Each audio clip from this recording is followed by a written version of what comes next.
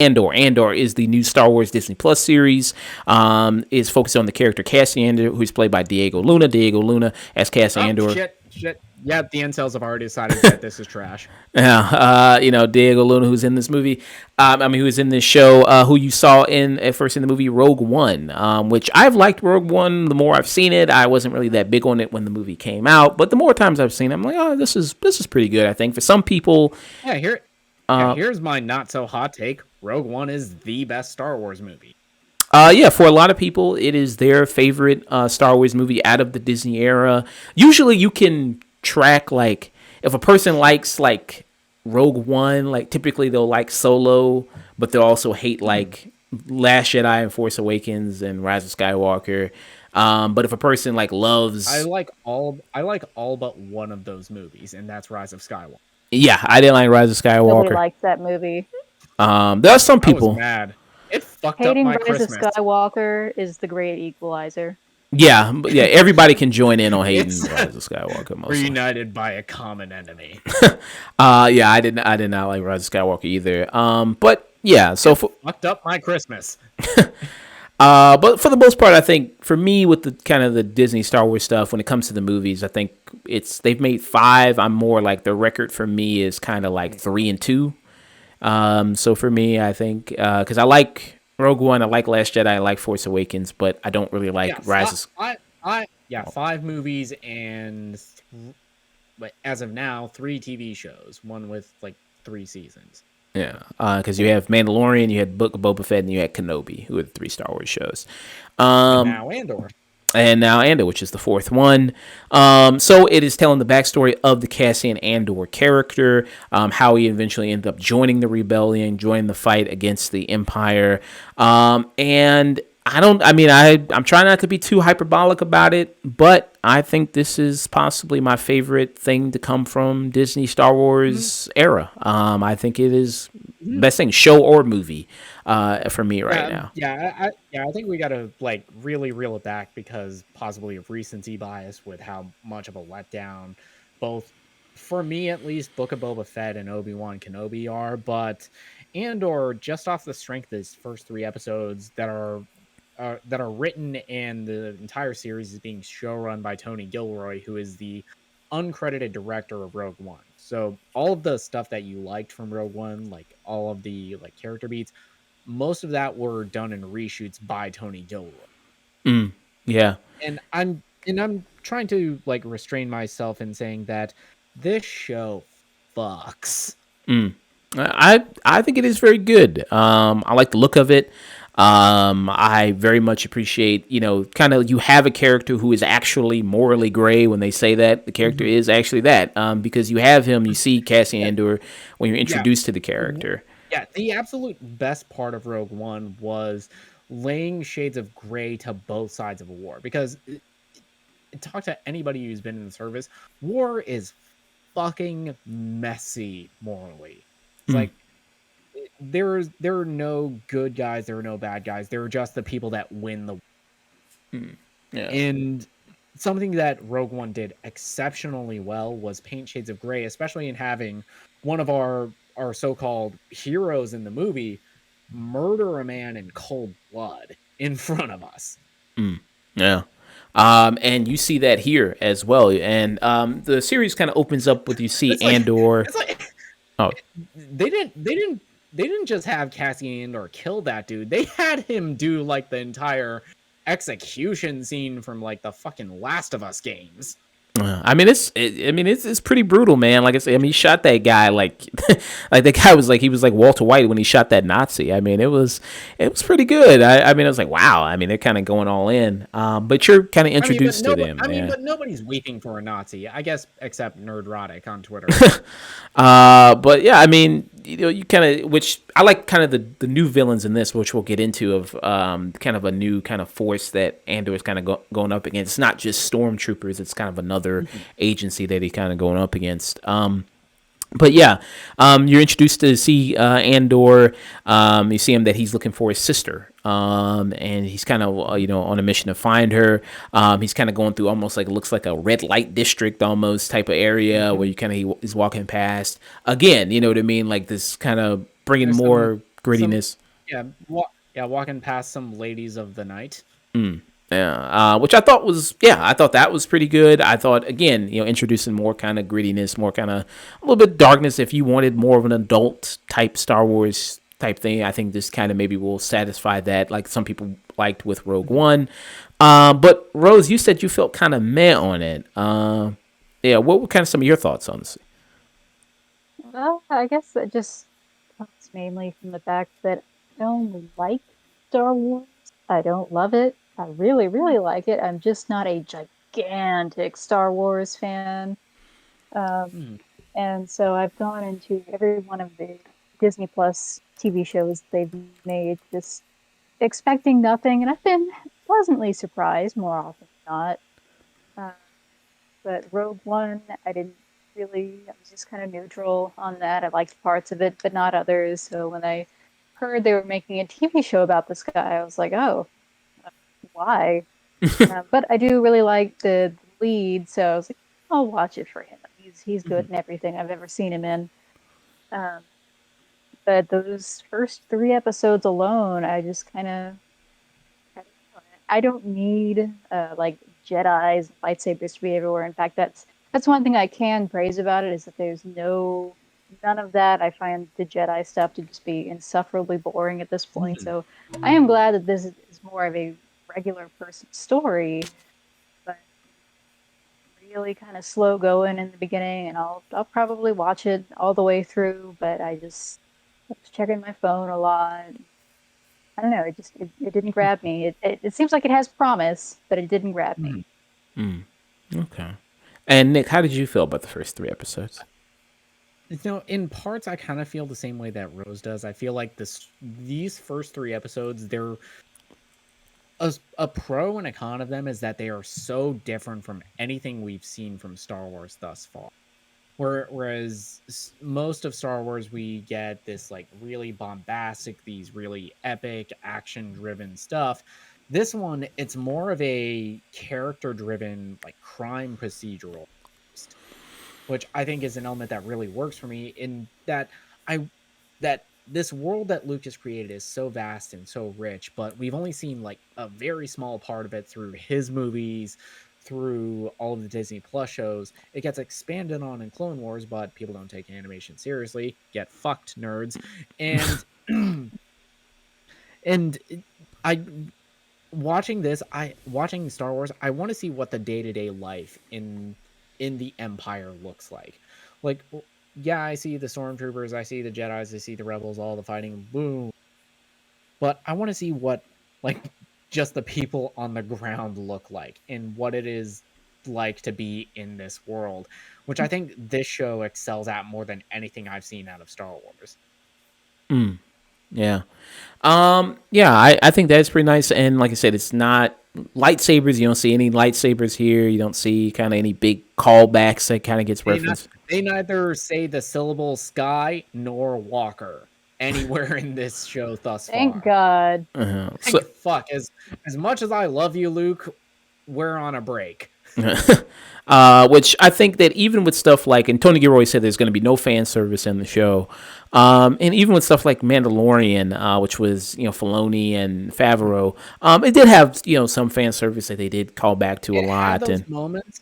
It had those moments, but it was always in service of the story they were telling. It wasn't just, "Hey, remember this thing from that other movie you liked?" yeah, I think that this with Tony Gilroy, what he's doing is more, really, with this character of Andor and also these other cast characters that you see in here, really trying to build his own kind of thing in the Star Wars universe, not just simply relying and piggybacking off of other stuff that we already know, which I do like and I do appreciate. And I think Diego Luna as Andor, like you said, having a character who is very morally good, who is kind of a scumbag to a degree, and willing to Yeah, do it's what's like necessary. yeah, yeah, we see that in Rogue One, he is willing to murder cold blood just for the cause that he's supporting. And in this show, we see No, he was always like that. Yeah, I mean, willing. I mean, he's a survivor. Willing to do what's necessary, and that ends up. I mean, him killing a member of the Primor Authority, which is like a security agency that works under the Empire, which is nice to see as well. Like not just straight stormtroopers or people from the Empire like that. So far, we've just been seeing these guys who have been chasing him for him killing one of their members, which I thought that was kind of a nice little added little touch that you really just didn't see stormtroopers again. Yeah, that was one of the best parts of the episode, especially because like in that murder investigation, you have this officer who's played by Kyle Solar, who is really gung ho, really believes in the Empire, really wants to go after this murderer, and he addresses this case to his superior, and he just gets dressed down in a way that I felt so satisfying. It was like pointing out that yeah, even this picture of like law and order that the Empire gives, it's corrupt as shit. It's like yes, these two men were killed outside of a brothel, which we're not supposed to have, were found in possession of drugs, which we're not supposed to have. They got into a fight with somebody and they lost. Yeah. Like those little details that you have kind of like everyday kind of work type situations, I thought was a nice kind of added touch there of like seeing the day to day life of this, of really getting the feel of what it's like to live under the Empire, which I thought they did a little bit in Kenobi as well. I thought of seeing like when he was with the trucker that he was with, that was voiced by, who was that? Zach Braff, who was voiced by that. Oh, you mean the fucking like MAGA trucker? The dude Yeah. that had the blue light, that had the white lives, fuck, the Yeah. White Lives Matter sticker on his bumper. Yeah, you mean you had that alien that was kind of in there, which I thought introduced you a little bit more to the life of kind of these everyday type of citizens, and this I think does the same thing there, and how he kind of has kind of lived his life Andor of kind of scamming these different people, how he owes all this debt to all these other different people. I thought was also very interesting. I thought that was a great scene as well, where he gets kind of confronted by those two guys, and also the backstory of his life. You see, like when he was on his home planet, Canary is what it's called, which has more of like I think maybe ties more into his actual like Diego Luna, his heritage and everything like that. More kind of seems like American or kind of Amazon type of rainforest type people and everything like that, which I thought was kind of a Yeah, nice yeah, it added was a touch. very nice touch. And also, get mad, racists. So yeah, I thought that was pretty cool that they did that in there very well. With Rose, with Diego Luna as Andor, did you have much of a connection? You said to me, and why were they doing a kind of a show about him? But do you think through these 3 episodes, did you kind of care more about the character or? A little bit, um, because again, his performance was so strong, and now you had more of a focus on him than was in the original movie. That was kind of nice because I thought the lead of what was her name, Felicity. Yeah, Felicity Jones, who played Jin Yeah, Erso. yeah, I thought her character was just very, very dull and not all that interesting, and so she's not in the picture. She's not in his picture yet. Yeah, it was a little bit more compelling than I had thought it would be going in. You can Mm, understand what I said earlier. It's just I'm waiting for it to really get good mm, Mm-hmm. for me. If pre- someone else really, really loves it, that's great. I wouldn't take it away from them. okay. And spent a lot of time talking about Andor. What did you all think about the other cast of characters that you see in this show? And were you impressed by any of them?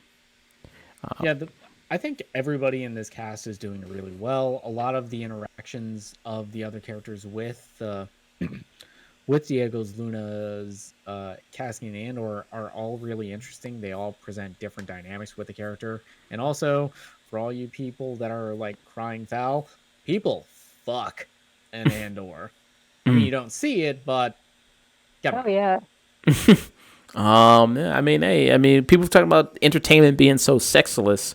Yeah, here you have that. You have actual people who are in, Mhm. relationships and together. You kind of see that. So that was kind of really nice And to I, see. and I'm so happy that this actor Adria Ariona, who we just saw in Morbius this past year, I'm so happy she got to be in a John. actually good. Yeah, she's in this, and she does a very good job as well. She plays Bix, who's like an ally to Andor and everything like that. She's a way better. I liked her mechanic character better than Amy Sedaris and Mando constantly cracking Yeah, jokes and I everything agree. yeah, like that. because Amy Sedaris is Aw, just played for jokes, whereas this character actually contributes to plot. She has an arc outside of her relationship with Cassian. Yeah, you like Amy Sedaris' character, Rose? I do. I thought that her inclusion in the Boba Fett show was really unnecessary, and yeah, it was kind Mhm. of annoying, but I like her more often than not when she does show up because it's usually just enough that it's hits the sweet spot without getting annoying. Again, to Do you me. like her? Do you like her? You just have Princess Carolyn glasses. Right.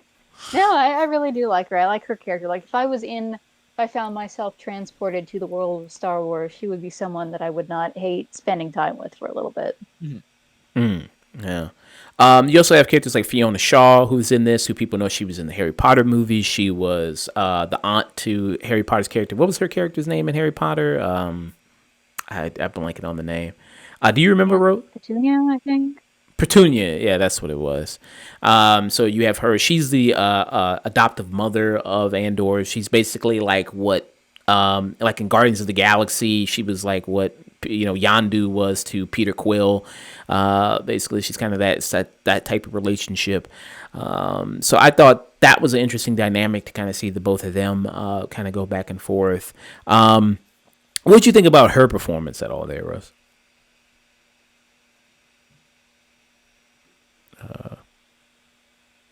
Rose?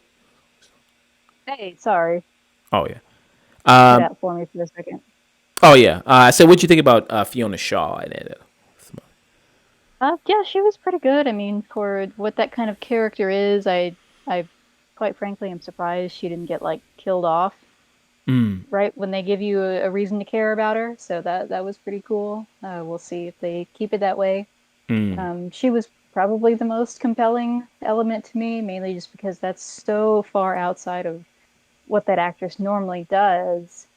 That yeah, she was to me one of the most interesting things about it. Okay. And then another character I really liked coming in, Stellan Skarsgård. He kind of comes in because Cassian's trying to sell this item because he's trying to get off world because of the Premor authorities trying to chase him for the murder that he committed. I thought Stellan Skarsgård came in with a lot of great presence, and especially since usually I think mostly in his career he's kind of played villains, and he kind of even has the look of a villain in this. And when he kind of gets revealed to be more of an ally there, I thought that was kind of an interesting kind of thing. And I thought he had a lot of great kind of presence coming in the show, just getting off the ship and everything like that. And he's the one that kind of is going to recruit Andor eventually to be a part of the Rebel Alliance eventually in the future. So I thought that was a nice kind of added touch there to have his character here. I love also the look of the show. Like it looks great. I mean, I think it's one of the best looking as well Star Wars shows there have been. Like especially coming off of Kenobi, which that looked like pretty much like a small set. Like I don't know why they didn't put as much money into that as probably have here, since Kenobi is a very signature character.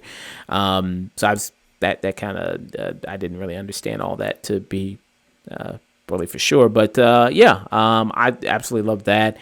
I'm looking forward to seeing more of this. It could always tank. It could always kind of go off the hill. Always with kind of one of these type of things, but I'm looking forward to it. Like I said, I really love these 3 episodes. I really like Diego Luna. It made me care more about his character in Rogue One than before, because I know a lot of people's complaint is like, well, I mean, all these people die at the end, so what's the point of really, getting kind of watching the movie if they all die at the end?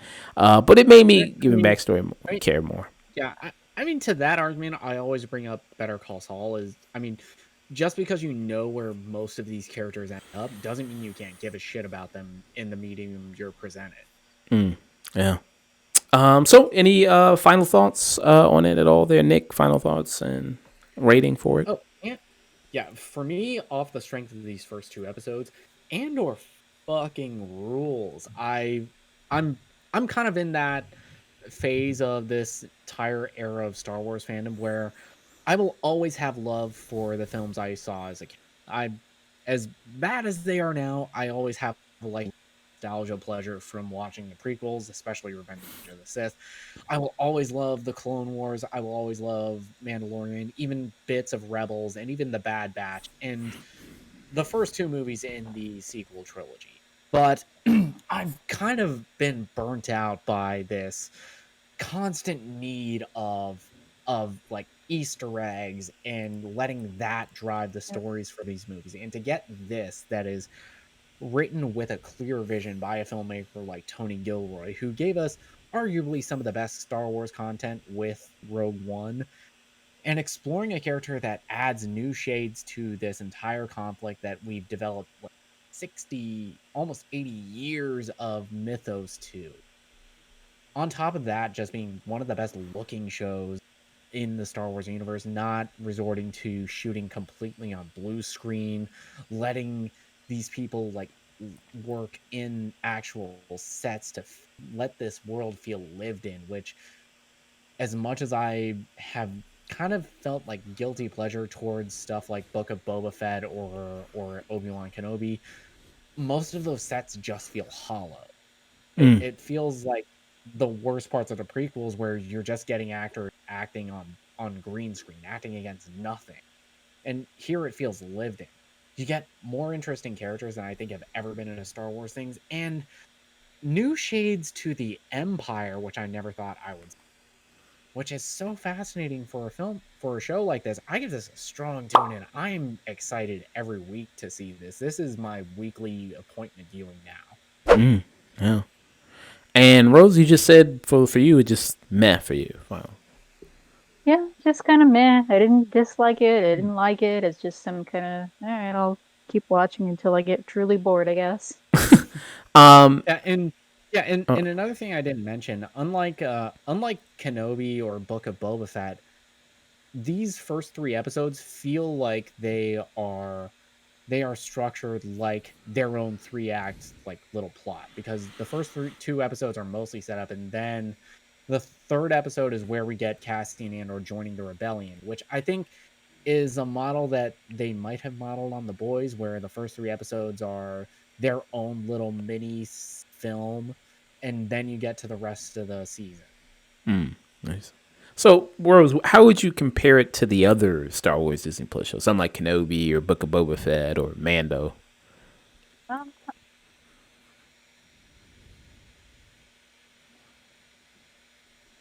Rose? Warsy. I mean, I do like that this is, yeah, focusing more on the regular people of Star Wars, but it's just missing some of those elements of it for me that keeps my brain from going, oh, cool Star Wars stuff.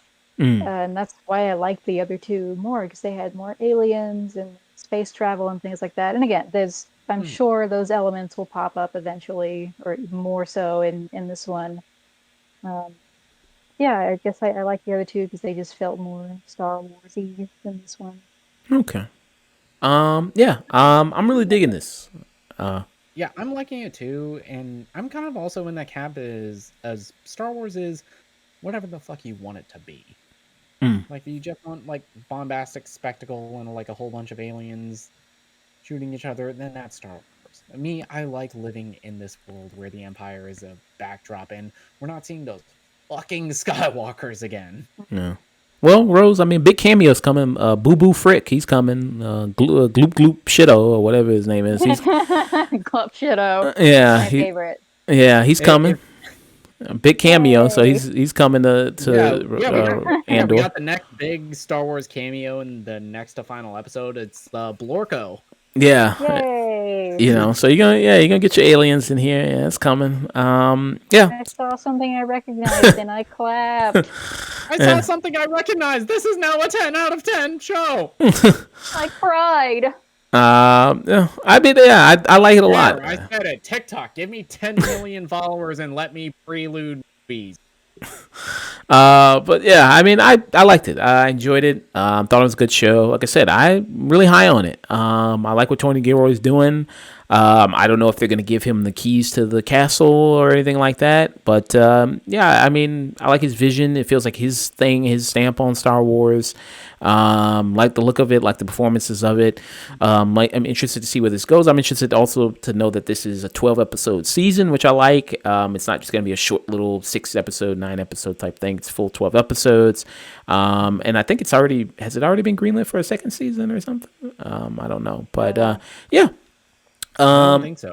And I think a lot of the like leeway from Disney is because Tony Gilroy has had a successful film career before Star Wars. He's directed a couple of the Bourne movies. He's done a whole bunch of TV before. He's directed a lot of feature films versus someone like Deborah Chow, who was the showrunner for Kenobi. Most of her work was directing episodes of Breaking Bad and Better Call Saul, Yeah. which, while quality wise are fucking incredible, I can see how an executive at Disney would say, okay, let's lean on her a little bit more than Tony Gilroy. Yeah, Tony Gilroy, I mean, his style is definitely, I'm a guy who did the Bourne movies, who did Michael Clayton, that kind of espionage, kind of spy is what you want from a character like Andor, which I think works for it. A lot of like really huge successful films and television shows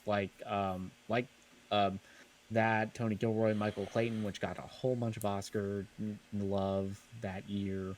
A lot of producing House of Cards, producing Nightcrawler. Yeah. So good work from him. And I really like this show. So yeah.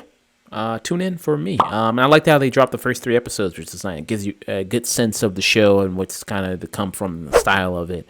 I think we talked about this a lot of like, what should streaming services do? Do they just drop the first episode on the day? Do they drop the first 3? Do they drop the first 2?